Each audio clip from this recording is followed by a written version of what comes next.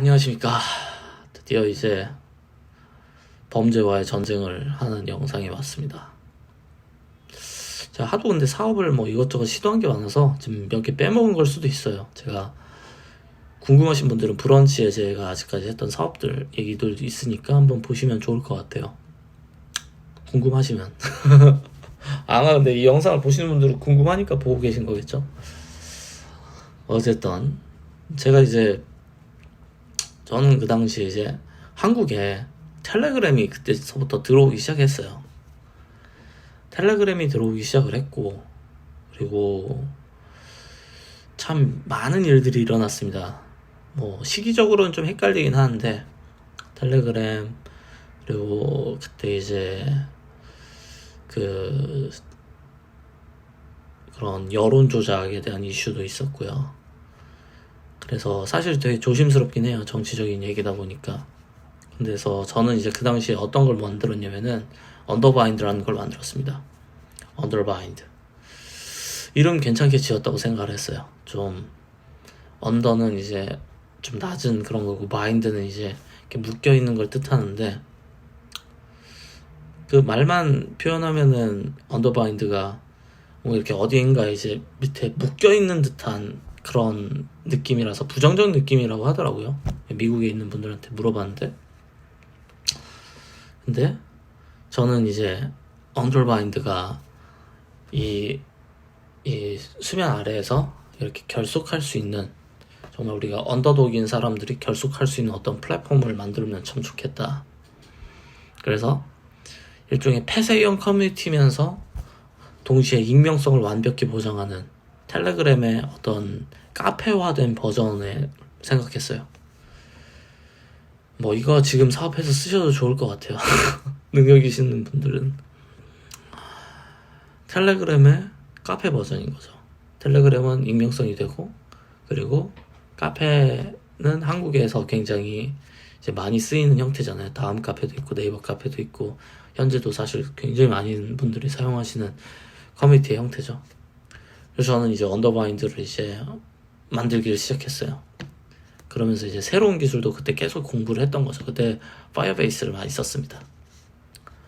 파이어베이스를 써보면서 언더바인드를 만들고, 그러면서 그때 제가 넉스트를 썼으면, 넉스트 뷰에 이제 하여튼 뭐 기술이 뭐 중요하지 않으니까 넉스트 쓰고, 그리고 뭐 그때 그래프QL도 쓰고 뭐 아폴로도 쓰고 뭐 이것저것 뭐 다 썼어요.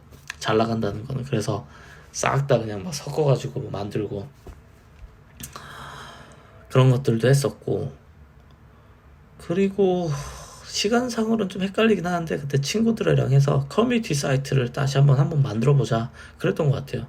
그때 이제 만들었던 게 이제 그때 좀 나중 이야기네요. 헷갈리네요. 하여튼 언더바인드 얘기 먼저 해볼게요. 언더바인드를 그래서 이제 만들었는데 그거는 이제 개발하다가 사실 좀 마른 부분이 있어요. 어떤 부분에서 말았냐면은, 언더바인드 만들다가 그 여론 조작이 사회적으로 좀 이슈가 되는 일이 생겼습니다. 그래서 그 여론 조작이 이제 어떤 특정 국가에서 이제 우리나라의 여론을 조작한다, 그런 일들이 일어났고, 그래서 그런 증거들이 이제 인터넷에 막 떠도는 거죠. 그래서 저는 이제 언더바인드 만들다가 여러 가지 생각이 들었어요. 이게 언더바인드 만들면서 난 사실 익명성이 보장되는 플랫폼을 만들고 싶은데, 근데 이게 도리어 안 좋은 쪽으로 쓰이진 않을까? 라는 생각이 많이 들었어요. 왜냐면은 그때가 아마 N번방이 터졌을 때일 겁니다. N번방이 터졌을 때였던 것 같고요. 그래서 이 텔레그램이나 익명성이나 이런 것들에 대해서 가치 판단을 하는데 솔직히 어려웠어요. 저는 그 전까지는 프라이버시 중요하고, 그리고 자유가 중요했다는 생각이었지만, 그 시점에서 이제 N번방을 필두로 해서 사건들이 펼쳐지면서 내가 이거 언더바인드 만들면 사실 이거 N번방 생성기 아닌가 싶은 거예요. 사실 그렇죠. 이건 이제 폐쇄형 커뮤니티니까 도리어 더 찾기가 쉽겠죠. 그러면은 이게 과연 이게 옳은 일인가라는 생각이 들더라고요. 저는 이제 어떤 일을 할 때건 저희 부모님 생각을 많이 합니다. 이게 부모님 보시기에 자랑스러운 일일까? 그 생각을 많이 해요. 근데 아리까리 하더라고요. 그래서 이거 아닌 것 같다.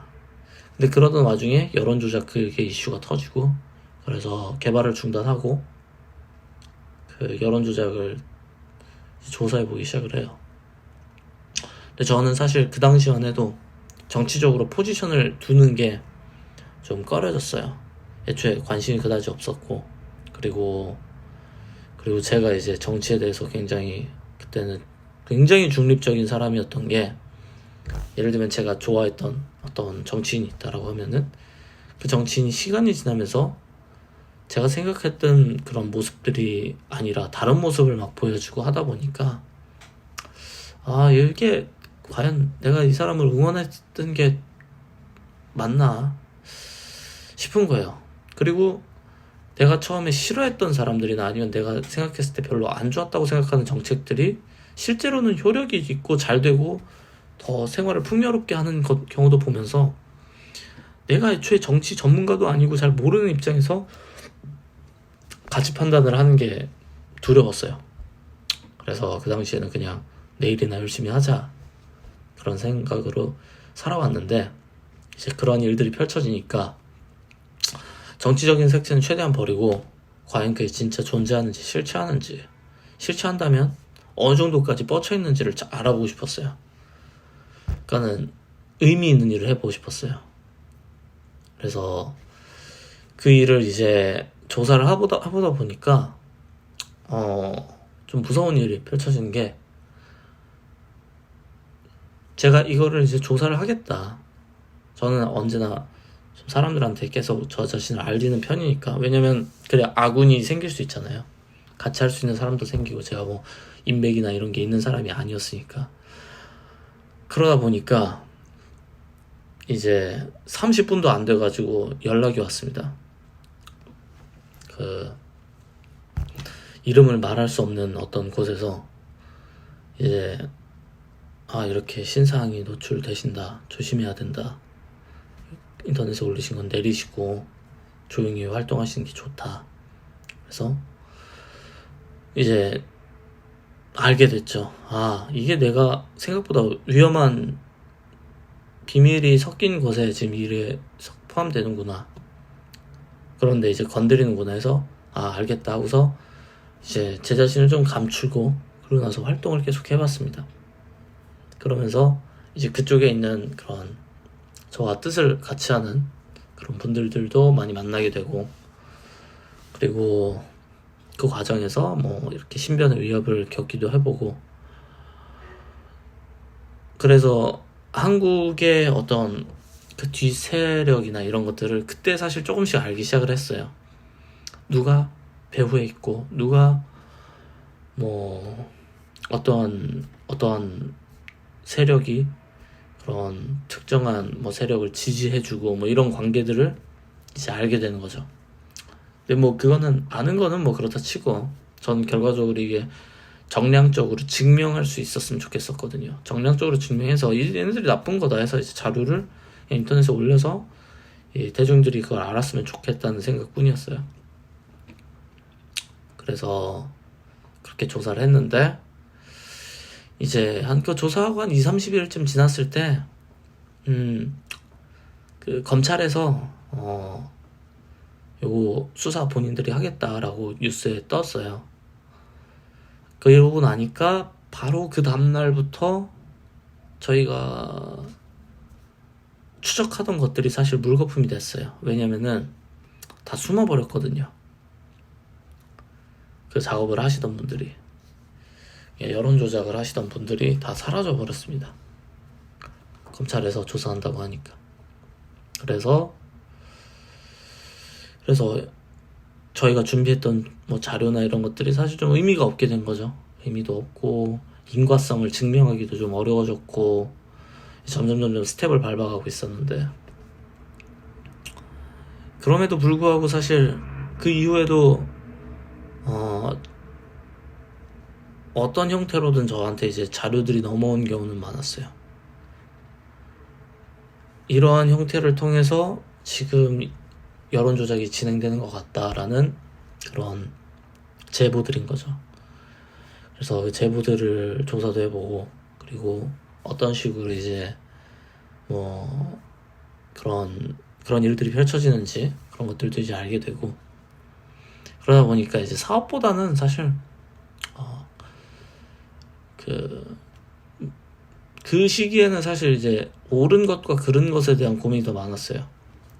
그리고 이제 개발자보다 이제 해커로서 나는 어떤 삶을 살아야 되는가 라는 생각도 많이 들었고, 제가 사실 이제 그런 제안도 많이 받았거든요. 이를테면은 뭐 이제 개발자분들 중에 프리랜서로 일하시는 분들은 대부분 한 번씩 겪으실 거예요. 한 번 이상 뭐 겪으실 것 같은데, 온갖 형태의 나쁜 제안들입니다. 근데 이제 그 제안들을 수락할 수도 있고 수락 안 할 수도 있고 뭐 그렇기도 하고, 그리고 어떤 부분까지가 합법이고 어떤 부분부터 합법이 아니고 이게 또 애매해요. 애매한 것들도 많고. 그런데 이제 그때 이제 저는 그런 뭐 가치 판단이나 아니면은 개발자로서 제가 갖고 있는 정의관 같은 것들이 많이 생겼던 것 같아요. 그래서 어디까지가 옳은 것이다 나한테, 그리고 어디서부터는 용납을 할 수 없다. 그리고 제가 생각할 때 이제 내가 속한 이 세상은 생각보다 많은 이해관계들이 섞여 있고, 그리고 그 뒷면에는 많은 사람들의 그런 게 섞여 있다. 그런 것들을 이제 많이 깨달았어요. 그러다 보니까 그때는 좀 뭐랄까 아나키스트적인 그런 해커스러운 마인드가 많이 강해졌는데, 결과적으로는 그게 사라지게 된 계기는 저희 스타트업 팀이 이제 좀 문을 닫게 되면서 사실상 이제 해체 단계로 가면서긴 합니다. 이제 제가 그런 사이드 프로젝트 겸 그런 뭐 취미생활이라고 할 수 있죠. 그런 것들도 하면서 이제 일을 했는데, 저희 스타트업 팀이 뭐 여러 가지 일들로 인해서 이제 팀이 Y가 되면서 붕괴가 됐는데, 그 과정에서 그렇게 되니까 결과적으로 저는 이제 다시 먹을 길을 뭘 해야 될지 찾아야 되겠더라고요. 근데 때마침 제가 이제 계속해서 이런 것들을 활동하고 컨텐츠를 올리고 하다 보니까 사람들이 저한테 이제 외주 문의가 들어오더라고요. 혹시 이거 좀 짬 되면은 요거 좀 만들어 주실 수 있냐. 그래서 그런 것들 만들다 보니까 이제 제가 현재 운영하고 있고, 좀 정리하긴 했지만 운영하고 있고, 그리고 좀 인생의 변환점을 만들어버린 플렉스 앱을 차리게 된 계기가 됩니다. 외주를 이제 받기 시작하면서